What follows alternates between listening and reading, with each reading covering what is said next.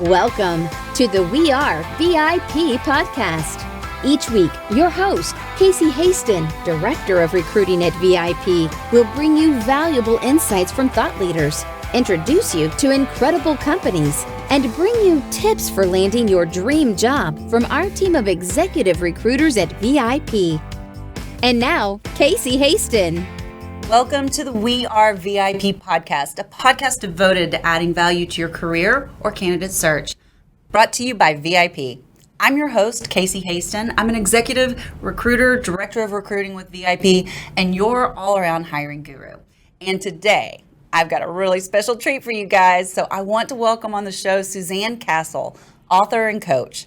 Suzanne transforms company cultures using joy, creativity, and happiness habits. Her courses focus on finding what is holding you back so you can reset your habits, reduce stress, and make difficult decisions with extraordinary vision. Thank you for being here today, Suzanne, and especially for being in studio. Yay! Yay! I started to do spirit fingers. I'm so used to doing Zoom calls. Oh, no, that's good. Spirit fingers are great. But you know, that's how you applaud on Zoom calls because know. you're always muted. I know. Always muted. And Always. so, and instead of clapping, I started to do spirit fingers. So good. I'm so glad to be here. Thank you. And yes, in person. In person. Just needed that energy today. I did thank too. you. And you know, this is so interesting to me. And I said it when you first walked into the green room. I was like, I knew this was going to happen because this is the first time you and I have met in person. That's right. We've talked on the phone. Yes, we have. Who introduced us?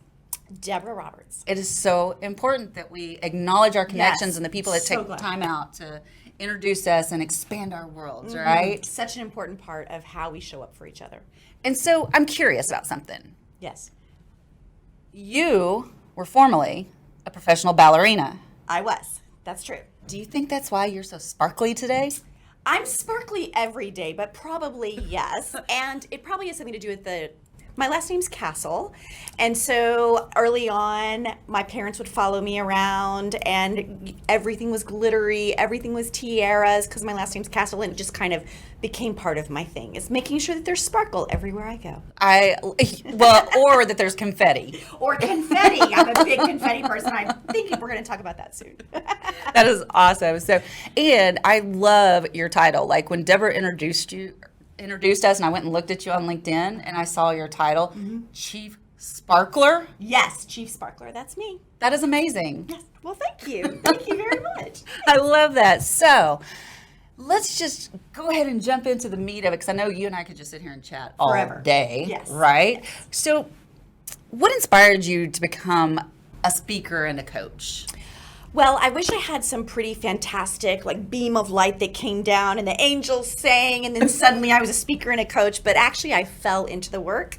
So different groups would see me perform in some way and then ask, hey, would you come entertain at our lunch? Or we have a board meeting. Would you come talk about how a creative needs to be on our board? And from that is just kind of how my work became what it is today. And then I had companies say, ooh, we really need you for a longer period of time than 45 minutes. Can we figure out an arrangement? And so here I am, a speaker and a coach. It just kind of fell into my lap. I love that. And I think that the type of coaching that you do is so different and unique from, what the kind of coaching I do, because I think you bring in fun.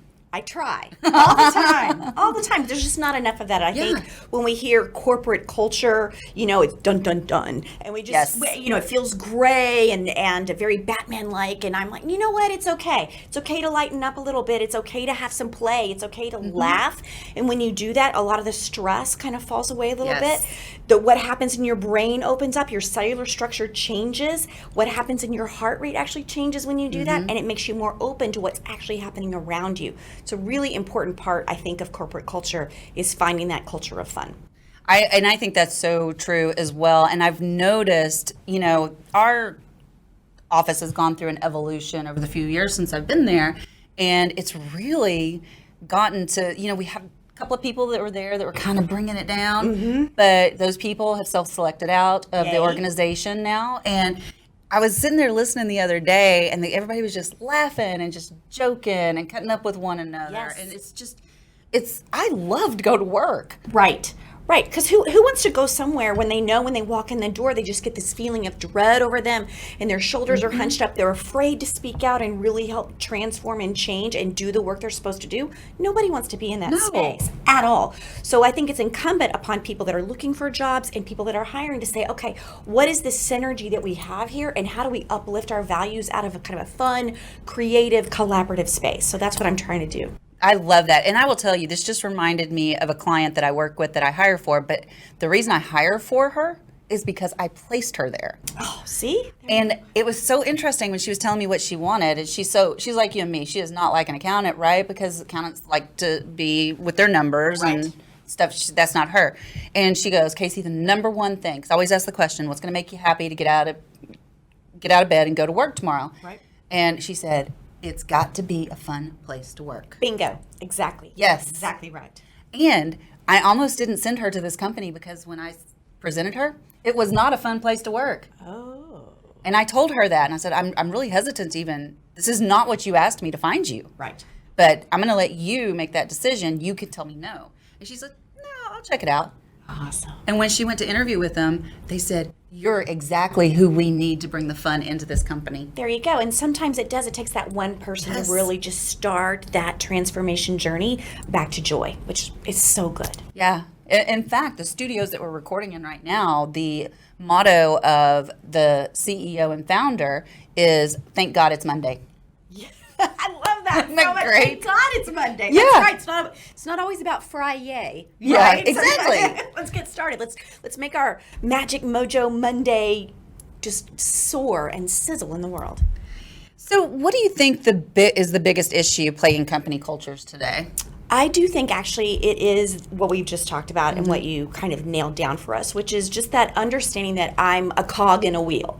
I'm checking a box instead of, wow, what's the unique thing that I'm bringing to this space and how can I help that and help the entire organization understand where we are, where we've been, and where we can go. And I think if there was a little more joy there, people would feel freer to express their opinions, to walk through the company office a little bit differently. And what we like to watch shows like The Office or whatever, and we laugh and we giggle, but it's a really important component is finding those things in your office that allow you to have those little moments around the water cooler, we like to say, right, that allow everybody to just enjoy one another, because then you want to work together. And really, I think if your company values are about changing the world or being collaborative or being creative or inspiring people, then joy definitely has to be a part of that value and your workplace culture. Yeah, and I think for me, and you've gotten to know me, even if it's only been by phone, I've got to have that joy there. I've got to have that ability to pivot and shift and do other things. And I am so fortunate that I do work for a company that allows me to have a podcast. Which is so great. I know. I mean, or allows me to start a coaching vertical or, and they're very supportive of that. And they see that creativity is what makes me unique and makes me valuable to the company. Well, and the things that you're doing outside the company are then also benefiting the company. Yes. It's all synergistic. It all works together. And sometimes we get so head down and, me, mine. It's my playground. It's my turf that we forget that if we'd unleash our people a little bit more, the value of everything we're doing would really just rise. I love what you just said. Release your people. Yes, please. Let them go. That's right. That's absolutely right. No, but seriously, I mean, we're grown-ups, right? We're in a grown-up world, and we don't need to be managed so tightly. Like, I mean, I've worked in places where if you got up from your desk, they were timing you.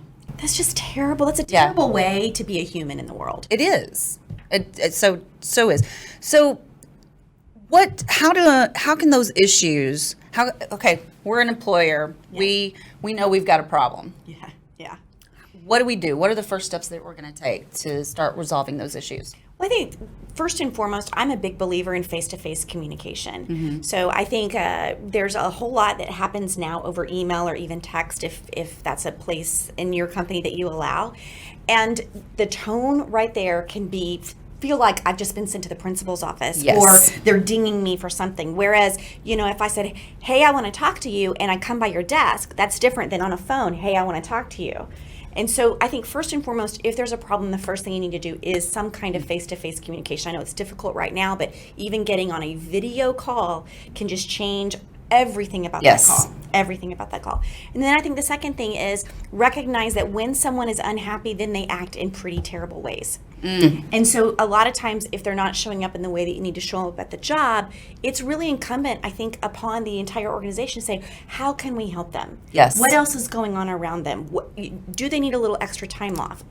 Do they need to leave earlier in the day because there's stuff going on with their home life with their kid and homework mess that's really hard right now for all sorts of families? So I think there's some little shifts that we can do to kind of help bring people back into the fold. I love that. And I actually wrote a blog one time about the safety zone of communication. Ooh, I love that. Yes. And it was predicated because, if I work for you, but I'm not telling you what I want. Yes. But I'm assuming you should know. Oh, we all do that, don't we? Right. Who's at fault here? Right. And, I knew this one person that wanted a leadership role within a company, never said a word. And got mad and left the company because they never gave her a leadership role. And the company later, was telling me that they were like, if she'd have just talked to me. Yes. And so from that, the company decided to not let that happen again, did an all hands on deck, and talked about if there's something you want to do, come talk to us. Right. We'll either support you or we'll help find a place for you to do that. Right. So, Right. and it totally changed the culture of that company. Yeah, I'm working with the CEO right now of a company out in Utah, and one of the things that she keeps noticing is there's a high turnover rate. And I said, well, how long has it been since you guys went somewhere and had fun? I mean, I know it's COVID, but can we go outside? You're in Utah. There's mountains everywhere. There's some kind of outside something you can do. Let's get some popsicles and let's make something happen. And just that small little shift to say, I care about you more than you being behind your desk. Yes. Is that shift that needs to be made. And just because I see the world and say things in one way doesn't mean that you're receiving it in that same way. So there has to be some give and take there, which is why I'm a big believer in person-to-person communication. I think that's huge. So let's say that, again, let's go back to that company culture that might be a little broken. Yes. Management's not doing anything about it. Oh, yeah. What can an employee do? Well, I think the first thing that an employee needs to do is, speak up. And I say that knowing that in some places right now you're going, if you're listening, you're like, oh, I can't do that because that does mean the end of my job. Yep. There's a way to do that, though, which is, hey, would it be okay if I organized this? Maybe organize a fun day. Maybe say, hey, I'm going to bring in lunch for everybody and we're going to play Pin the Tail on the Donkey. I hope that's still an okay game to play. I don't know. I'm just saying. I'm just pulling that out. Or you might bring balloons in one day and everybody gets a balloon at their desk. There's little things that you can do to just start some subtle shifts and then check in. How did that go? Can I do that again? That would be one way to bring in some fun, but I also think you need to take responsibility, which is if an employee is feeling like it's not a really good match, I think it's time to have the hard conversation and say, yes, here was what I was expecting out of this. Here is what I'm feeling and what I'm seeing. Can we have a conversation about that? I think it goes a long way because sometimes, like you said, the leader doesn't even know, they haven't communicated well, or that person didn't understand what was expected of them. So managing those expectations is a really important part. Well, and I think too, just as an employee, and this is something that we were kind of talking about on Clubhouse earlier today, is quieting that inner voice. Yes. Whether you're the employee or the leader, right? Don't make stuff up in your head that's not really happening. Yes. Because that's going to lead to that toxic culture. That's exactly right. And we can all come up with an example of that in our own personal lives, sure. right? With a loved one or a kid or a parent, when they've said something and we took it completely the wrong way, it's not what they meant whatsoever. Right. And then things just escalate. Well, people do that in their jobs too. Mm-hmm. So sometimes just taking a moment, taking a breath, maybe you need to go throw some ABBA on and do a little jive or something, like move around your office for a minute, get some energy flowing in your body so that you approach something differently. It goes a long way.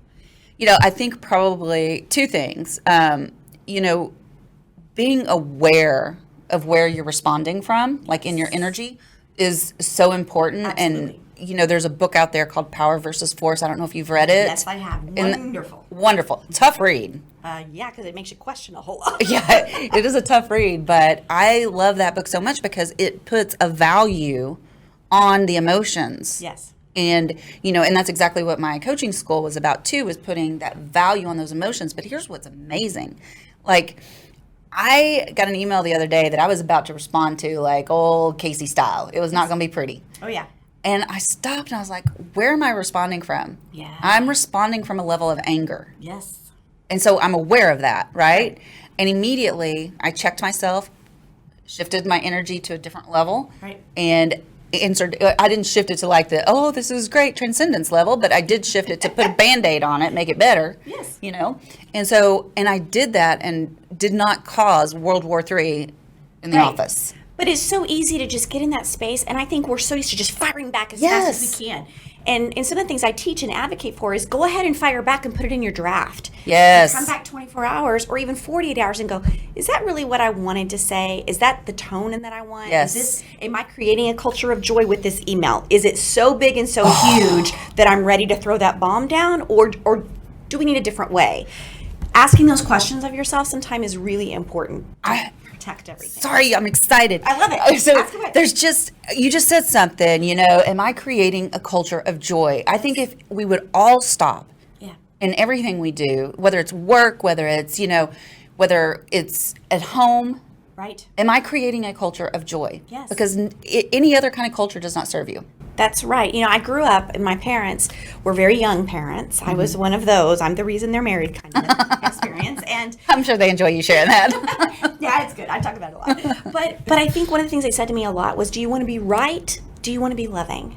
Oh. And sometimes those are not simultaneously existing in the same planet, right? Right. So I wish I could say all the time I'm loving. I'm not. No one is. But it's that joy. It's, okay, what do I want to be remembered for? It's not that I was right all the time and created a bunch of just people that were yes people around me. I want people who giggle and laugh and are excited every day. That's what I want to create. I love that. And that feel okay challenging you so that you can continue to grow. Exactly. And knowing when I'm being challenged, I think that's the other part is sometimes as leaders, we have to act like we have it all together. We don't. And it's so okay to just in the middle of a meeting going, I totally forgot what I was going to say. I'm a holy hot mess right now. Let's just have a moment, shall we? Because everybody will understand that exact feeling and that exact emotion, and it's okay to recognize it. And it makes you human. Yes. And it gives everybody else something to laugh about for a moment. It does, and it takes all that tension out of the room immediately, and people just feel a little more free. Let's all be a little more free. I love it. I'm really going to start asking myself that. Good. All the time. Good. All the time. I love that. So you talk about happiness habits. Oh, I sure do. It's one of my most favorite things to talk about. What are they? So happiness habits are the intentional actions you take every day to do exactly what you were just referring to, which is how am I creating a culture of joy for me, for my family, for my work, for my friendships?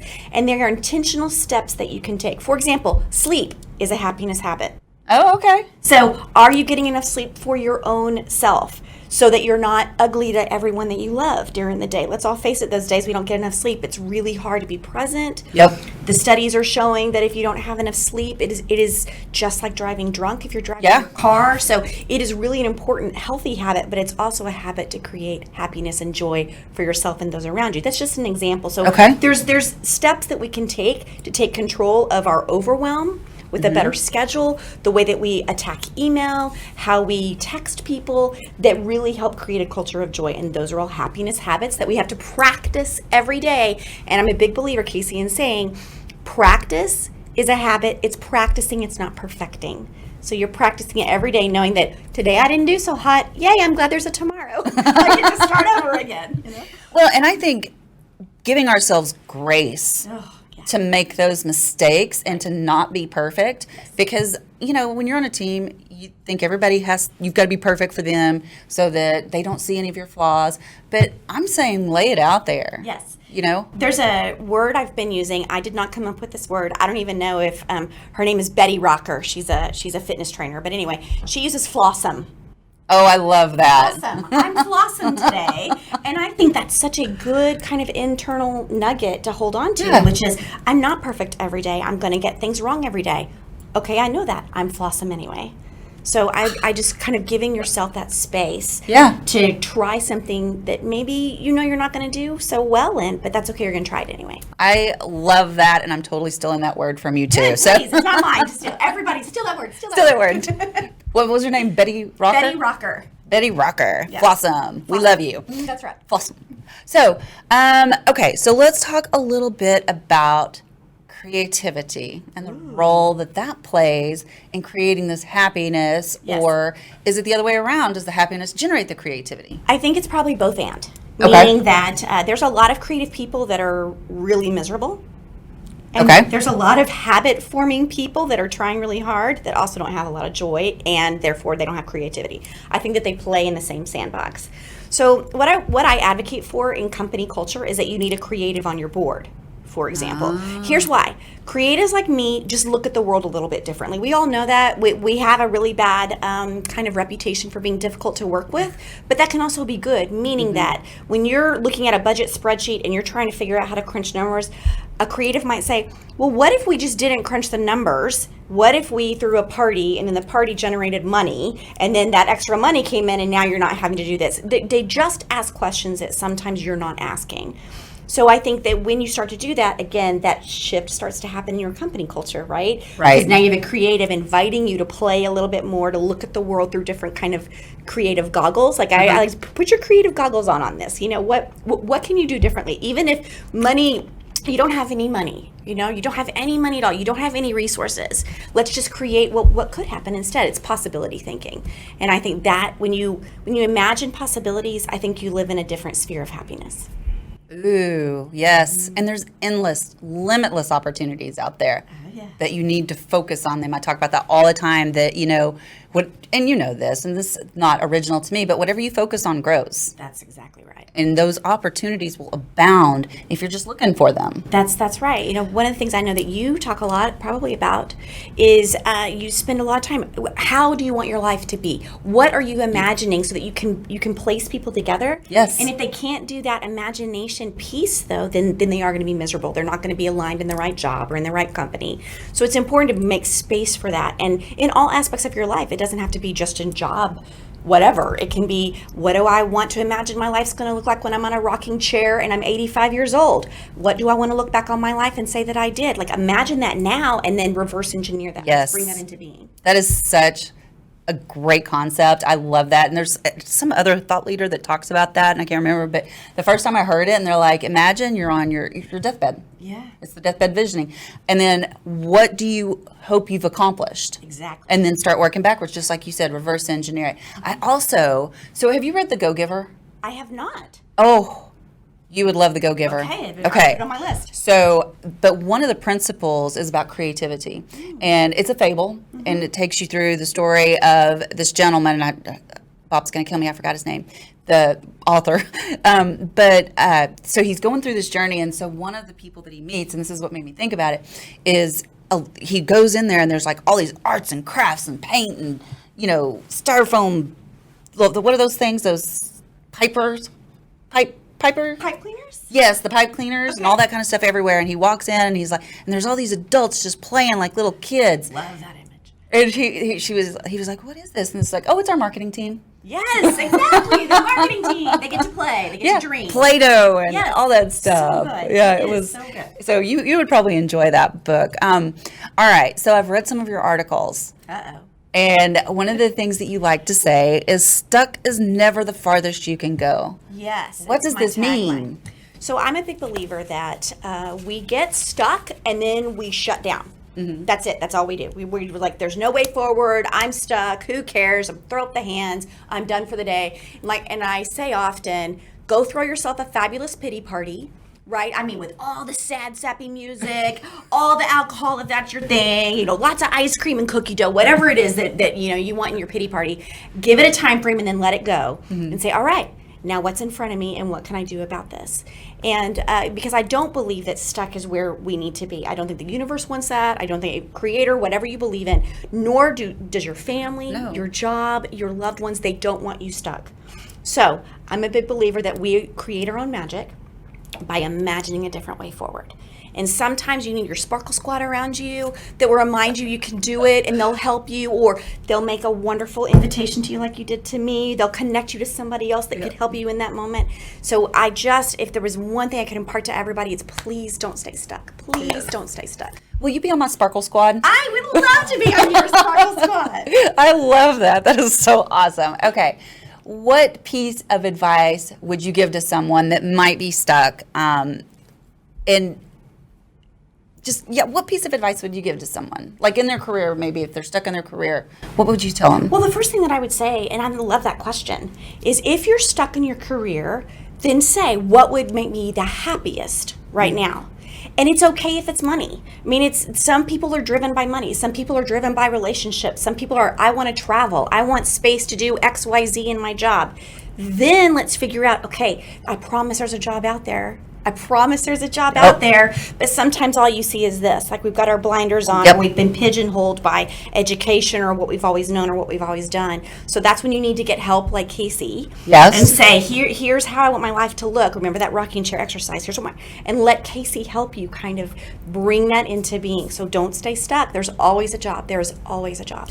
And it's never too late to pivot. That's right. I mean, and come on. If we've learned anything this last year. Correct? But I mean, even so, I was in a career that I didn't love for 20 years. Yes. And took a big leap into a new career. Right. To recruiting. That's right. So, and that's when I needed my Sparkle Squad. Yep. To give me that support, which I had. Yes. And just, it's so important that if you're not happy doing what you're doing, figure out what it is that's going to make you happy. And I think sometimes if people would start volunteering somewhere, so if you're too afraid to take the leap, which I totally understand, then what I would say is, okay, is there a volunteer opportunity in that field or with that group or something? Start there. Make sure that does feel good, that it aligns with you, that it is bringing you some joy, and I think it's easier than take the big giant leap across that chasm.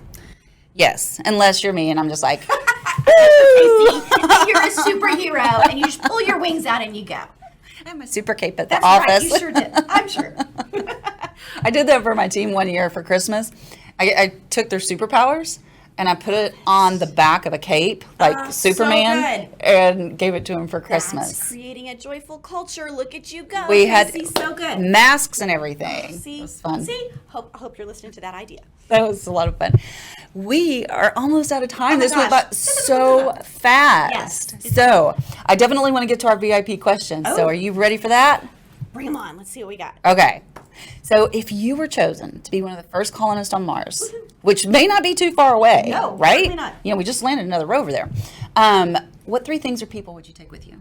I would definitely take confetti. You got to have That's confetti. A thing for me. Like I have a drawer of confetti in my desk because you never know when you need to throw some confetti and remind yourself there's joy and there's fun.